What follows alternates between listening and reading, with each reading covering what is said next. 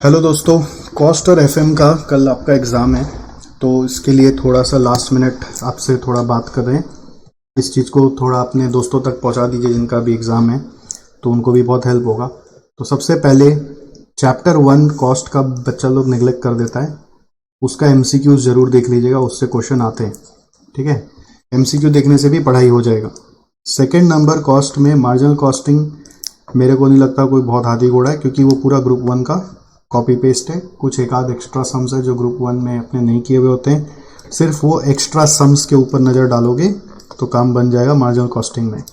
वो extra sums I hope आपने अभी मार्क करके रखे हुए हैं, सिर्फ उस पर जंप मारोगे तो हो जाएगा। स्टैंडर्ड कॉस्टिंग में फिक्स्ड ओवरहेड को लेके पंगा होता है। अगर चाहो तो आप उसका अलग से वीडियो है वो देख लीजिएगा लास्ट मिनट पे। मेन है कि उसका ट्री माइंड में बना पा रहे हो कि नहीं वो देखना, उसका सारा फॉर्मूलाज लिख पा रहे हो कि नहीं।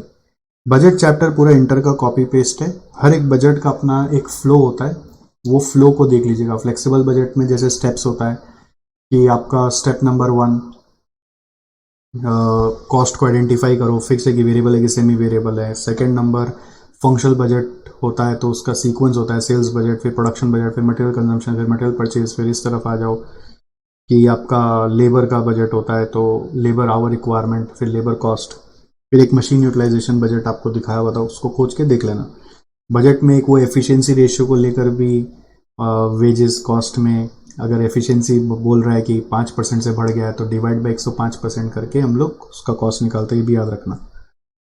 ठीक है, फिर आता है ट्रांसफर प्राइसिंग चैप्टर। उसमें की फैक्टर वाला सम होता है, जिसमें ना डिवीजन ए का आपने पहले अलग अलग प्रोडक्ट्स का कंट्रीब्यूशन पर आवर निकाल कर रैंकिंग करते हैं और फिर ऑप्टिमम मिक्स बनाते हैं और फिर देखते हैं कि ट्रांसफर करने के लिए कितना आवर्स का रिक्वायरमेंट, और वो आवर्स अपने लीस्ट रैंक प्रोडक्ट से रिलीज करके उसका कंट्रीब्यूशन लॉस जोड़ लेते हैं ट्रांसफर प्राइस निकालते समय। फिर नेक्स्ट है लर्निंग कर्व। लर्निंग कर्व में लर्निंग कर्व इक्वेशन को यूज कैसे करते हैं उस पर थोड़ा ध्यान देना चाहिए। वो है y is equal to a into b to the power a into x to the power b. A का यूज क्या है, ए का मतलब क्या है, बी का मतलब क्या है, ये आप देख लेना। और फर्स्ट ऑर्डर का रिपीट ऑर्डर का वर्किंग कैसे होता है। फर्स्ट ऑर्डर में फुल एवरेज लेते हैं, रिपीट ऑर्डर में इंक्रीमेंटल लेते हैं, उसका सम्स पे एक बार नजर डाल लेना। फाइनेंशियल मैनेजमेंट में जब जाते हैं तो चक्कर क्या है कि फाइनेंशियल मैनेजमेंट अब तो आप पूरा अच्छे से करके आए ही हैं, तो उसमें पहला क्या करो, एक एक चैप्टर उठाओ, उसका सारा फॉर्मूलाज रिवाइज कर लो। हम लोगों का एक रैपिड रिविजन बुक भी हमने अपने टेलीग्राम चैनल पे आपको दिया है, कलरफुल बुक है, आप उसको भी यूज़ करके रिवाइज कर सकते हैं। सब मैराथन में यूज़ किया था मैंने, मैराथन वीडियोस में सब दिया हुआ है। तो जैसे कि मान लीजिए रैपिड रिविजन बुक में एक बार ओपन कर लिया, ये सब सॉफ्ट कॉपी में आपको मिल गया है, तो इसमें क्या है ना, सब फॉर्मूलाज लिखे हुए हर चैप्टर के, तो वो फॉर्मूलाज को खाली पढ़ेगा। जैसे रेशियो है फॉर एग्जाम्पल, तो सारा रेशियो का फॉर्मूला आपको याद है कि नहीं, सारा रेशियो का फॉर्मूला एक एक करके याद है कि नहीं, उस पर ध्यान देना। सम्स लास्ट में है, पहले ध्यान देना कि सारा फॉर्मूलाज याद है कि नहीं। मैं क्या चाहता हूँ, सिंस टाइम लिमिटेड होता है ना अपने पास, तो हम लोग क्या करेंगे, सबसे पहले ये चेक करेंगे कि हम लोग को फॉर्मूला सारे याद है कि नहीं। तो लिवरेज का सारा फॉर्मूला याद है कि नहीं, DOL, DFL, DCL, है ना, contribution by EBIT, EBIT by EBT, और वो कॉन्ट्रीब्यूशन बाई EBT याद है कि नहीं। फाइनेंशियल ब्रेक इवन कैसे आता है, ऑपरेटिंग ब्रेक इवन कैसे आता है। फाइनेंशियल ब्रेक इवन ऐसा ब्रेक इवन है जहाँ पे EPS 0 होगा, ऐसा EBIT जहाँ पे EPS 0 होगा, तो that is equal to interest plus PD by 1 minus T। ऐसे हर एक का अपना अपना अप्रोच होता है।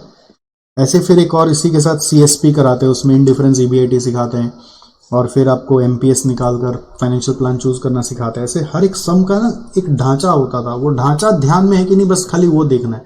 अब इनफैक्ट आप जब एग्जाम हॉल के लिए निकल गए हैं तो रास्ता में जाते जाते ढांचा दिमाग में दोहराते रहना है। कॉस्ट ऑफ कैपिटल है तो KD का फॉर्मूलाज क्या है, उसका एक फ्लो चार्ट बना के दिया था KD का। KE का फॉर्मूला क्या है, KP का फॉर्मूला क्या है। आप हो सके तो ये रैपिड रिवीजन का सॉफ्ट कॉपी खाली पलट लेना, आपको सब फॉर्मूला सब ध्यान आ जाएगा कि इसमें क्या है, इसमें क्या है, इसमें क्या है। सम्स नहीं देखने का है, खाली फॉर्मूलाज देखेंगे तो आपका काम हो जाएगा। फिर कैपिटल बजटिंग में जाओगे तो ARR कैसे आता है, नेट प्रेजेंट वैल्यू कैसे आता है, PI कैसे आता है, IRR कैसे आता है, डिस्काउंटेड पे बैक कैसे आता है, पे बैक कैसे आता है, ठीक है, वो देख लेना। और एग्जाम के पहले नॉर्मली सजेस्टेड रहता है कि जो भी इंस्टीट्यूट मैट के क्वेश्चंस के टाइप्स हैं वो आपने देखे हुए ही होंगे, तो वो टाइप में एक एक टाइप में ना कुछ झोल झाल रहता है, तो वो टाइप को पकड़ लेना। कैपिटल बजटिंग में ना कुछ स्पेशल एडजस्टमेंट्स भी सिखाते हैं हम लोग, जैसे कि NPV IRR इक्वल होने का मतलब क्या है, एनपीवी पीआई में रिलेशनशिप क्या है, वो भी आपको काम देता है कैलकुलेशन में। जैसे कि अगर दो प्रोजेक्ट है उसका लाइफ अनइक्वल है तो कैसे इवेलुएट करेंगे, वर्किंग कैपिटल इन्वेस्टमेंट हो रहा है ईयर 0 में तो उसका लास्ट ईयर में इम्पैक्ट क्या आता है, याद आ रहा है। और जो मैंने मैराथन वीडियोस कराए थे उसमें मैंने ये बता दिया था, सब सम सारा डाउट आपका क्लियर कर दिया था कि कहाँ पे क्या एडजस्टमेंट होगा। अगर कोई भी सम में अगर आपको डाउट हो तो आप मैराथन वीडियोस देख सकते हैं, बट आपके पास अभी टाइम कितना लास्ट मिनट पे मेरे को नहीं पता, कब आप मेरा ये वीडियो देख रहे हैं ये मेरे को नहीं पता एक्चुअली। अगर पहले से देख रहे हो तो आप देख ही सकते हैं। तो स्पेशल एडजस्टमेंट्स हर सम वाइज भी होता है कि कभी देखना सेल्वेज वैल्यू जो लास्ट ईयर में आ रहा है उस पर कैपिटल गेन टैक्स कैसे एडजस्ट हो रहा है, वो सम वाइज हर एक में अलग अलग डेटा के हिसाब से हो रहा है, तो उसके ऊपर भी नज़र चली जानी चाहिए। रिसीवेबल मैनेजमेंट है तो क्रेडिट पॉलिसीज कैसे निकालते हैं, अमाउंट इन्वेस्टेड ऑन डेटर्स कैसे निकालते हैं, और उसके ऊपर इंटरेस्ट कॉस्ट कैसे निकालते हैं। इसको लेके डाउट है, बहुत बार बच्चे लोग पूछते हैं कि सर कॉस्ट ऑफ सेल्स पे निकालना चाहिए कि सेल्स पे निकालना चाहिए। इसका आंसर है हमेशा कॉस्ट ऑफ सेल्स से ही अमाउंट इन्वेस्टेड ऑन डेटर्स निकालना है। इंस्टीट्यूट मैट में कभी सेल्स से किया हुआ, कोई कॉस्ट ऑफ सेल्स से किया हुआ, हमेशा सेल्स से करना है। वर्किंग कैपिटल मैनेजमेंट में WIP को लेकर आता है, वर्किंग कैपिटल रिक्वायरमेंट कैलकुलेशन में उसका DOC को लेके बात आ जाता है, तो DOC नहीं दिया होता है 100-50-50 मानते हैं। फिर डेटर्स को लेके उसमें बड़ा समस्या है कि उसको कॉस्ट पे लेके उसको सेल्स पे ले, तो नथिंग मेंशन तो सेल्स पे, कैश कॉस्ट बेसिस अगर सम में मेंशन किया हुआ है तो कॉस्ट ऑफ सेल्स पे लेते हैं। फंड फ्लो कैश फ्लो का जब पढ़ाई कर रहे हैं तो रिकमेंडेड है कि आप इंस्टीट्यूट मैट खोल के ना जितना सम्स दिया हुआ है उसका एडजस्टमेंट्स का एंट्रीज देख लेना, ठीक है, कि हर एक एडजस्टमेंट का एंट्री क्या होता है, और उसके बाद एक फंड फ्लो बनाने का फ्लो होता है, कैश फ्लो बनाने का एक फ्लो होता है, ठीक है। फंड फ्लो बनाने का पूरा एक फ्लो होता है कि सबसे पहले आप क्या करोगे, कि वर्किंग कैपिटल चेंजेस देखोगे, फिर अकाउंट खोलोगे नॉन करंट आइटम्स का, फिर सारे गिवन इन्फॉर्मेशन को पोस्ट करोगे, फिर आप हिडन इन्फॉर्मेशन को एडजस्ट करोगे, फिर आप FFO निकालोगे, फिर फंड फ्लो स्टेटमेंट बनाओगे। ऐसे फ्लो होता है, वो फ्लो को चेक कर लेना तो it will help you. Cash flow का भी फर्स्ट वाला स्टेप नहीं होता, बाकी सारा स्टेप्स होता है, और लास्ट में FFO निकाल कर कैश फ्लो स्टेटमेंट बनाते हैं। तो you just need to remember the flow, और टाइम परमिट करता है तो डेफिनेटली आप एक सम भी हर एक का बना के देख सकते हैं। अगर टाइम परमिट करता है तो एक एक सम एक एक का बना के देख सकते हैं। सम बनाने से ऊपर कुछ भी नहीं है, सम बनाने से हाथ खुल जाता है, दिमाग खुल जाता है, ठीक है। और रहा FM का MCQs, तो MCQ तो हमने MCQ मेला वीडियो में कराया ही था, तो उससे आपने देखा हुआ होगा। तो MCQ भी अगर हो तो सारा का सारा नहीं देखने का दरकार है, जो जो MCQ में आप फंसे थे उसको मार्क किया होगा, बस वही देखो, या फिर रैंडमली एक एक चैप्टर का 2-2 MCQ 4-4 MCQ देख लो, 2-4 MCQ एक एक चैप्टर का घुमा घुमा के देख लो रैंडम बेसिस में, ठीक है। तो क्या होता है ना, टाइम को मैक्सिमम यूटिलाइज करने का भी कोशिश करेंगे।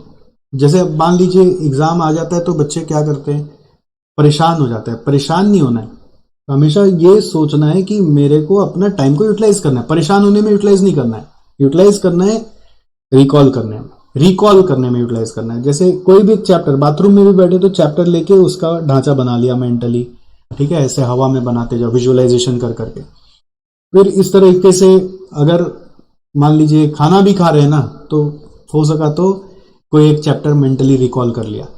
फिर मान लीजिए अगर ट्रांसपोर्ट में है, कहीं जा रहे हैं, इंस्टीट्यूट जा रहे हैं एग्जाम देने के लिए, स्कूल जा रहे हैं जहां पे एग्जाम लगा है, स्कूल कॉलेज, तो वो जाते जाते भी 2-3 चैप्टर रिवाइज हो जाएगा।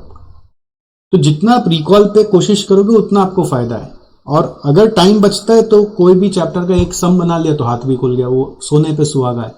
अब वो टाइम नहीं बचता है तो रिकॉल पे फोकस करो, जितना हो सके रिकॉल पे। कोई भी सम अभी नया दिख जाए जो पहले नहीं किया और नहीं समझ पे आ रहा है तो उसको इग्नोर मार देना, अब उस पर फोकस नहीं करना है, ध्यान रहेगा। आई होप इतना टिप्स एक बार आपको हेल्प करेगा। आपको इससे फायदा हो तो मुझे जरूर बताइएगा, and I wish you all the success for your exam coming ahead. चलो, सी यू।